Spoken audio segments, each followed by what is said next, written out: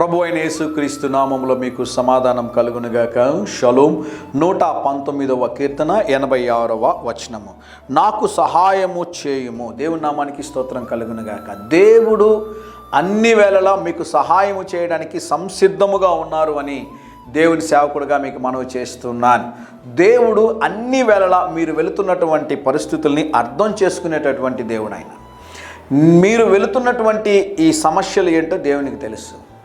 మీరు ఈరోజు అనుభవిస్తున్నటువంటి భయంకరమైనటువంటి కార్యాలన్నీ కూడా దేవునికి తెలుసు.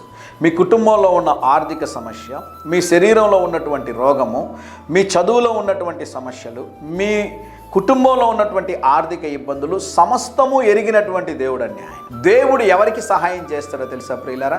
ఎవరైతే దేవుని పాద సన్నిధిలోనికి వచ్చి ముందు ప్రభువా మేము మీకును తండ్రికిని పరిశుద్ధాత్మకు విరోధంగా పాపం చేస్తున్నాం ప్రభువా, మా సొంత నిర్ణయాల వలన, మా సొంత కార్యాల వలన, మా సొంత తలంపుల వలన మీకు విరోధమైన కార్యాలు చేసి మేము ఈ సమస్యలను తెచ్చుకున్నాం ప్రభువా, మమ్మల్ని క్షమించండి.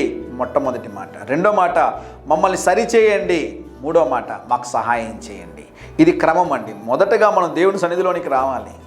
మనం చేసిన పొరపాట్లన్నింటినీ దేవుని సన్నిధిలో మనం ఒప్పుకొని విడిచిపెట్టినట్లయితే, దేవుడు ప్రేమ కలిగిన దేవుడు కనుక ముందు దేవుడు మన ఎడల కనికరపడి, మన ఎడల జాలిపడి, మనల్ని క్షమించి మనల్ని దేవుడు ఆశీర్వదిస్తాడని దేవుని సేవకుడిగా తెలియజేస్తున్నాను.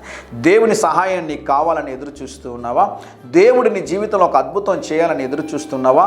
దేవుని కార్యాలను చూడాలనుకుంటే దేవుని సన్నిధిలోనికి రా. ప్రభువా మమ్మల్ని క్షమించడని మీరు అడగగలిగితే దేవుడు నిన్ను క్షమించి నిన్ను ఆశీర్వదించి బహుతరములకు దీవెనకరంగా దేవుడు ఉంచుతాడని దేవుని సేవకుడిగా తెలియజేస్తున్నాను. ఈ వాక్యాన్ని అనేకులకి షేర్ చేయండి. ప్రభు మిమ్మల్ని గొప్పగా దీవిస్తాడని దేవుని సేవకుడిగా తెలియజేస్తున్నాను. ధైర్యంగా ఈ దినాన్ని ఎదుర్కోండి. దేవుని సన్నిధి మీకు తోడుగా వచ్చునుగాక. ప్రియ పరలోకపు తండ్రి, మా ప్రియులు తలపెట్టుచున్న ప్రతి కార్యములో జయమును అనుగ్రహించుమని యేసు నామములో ప్రార్థిస్తున్నాము తండ్రి. Amen, amen.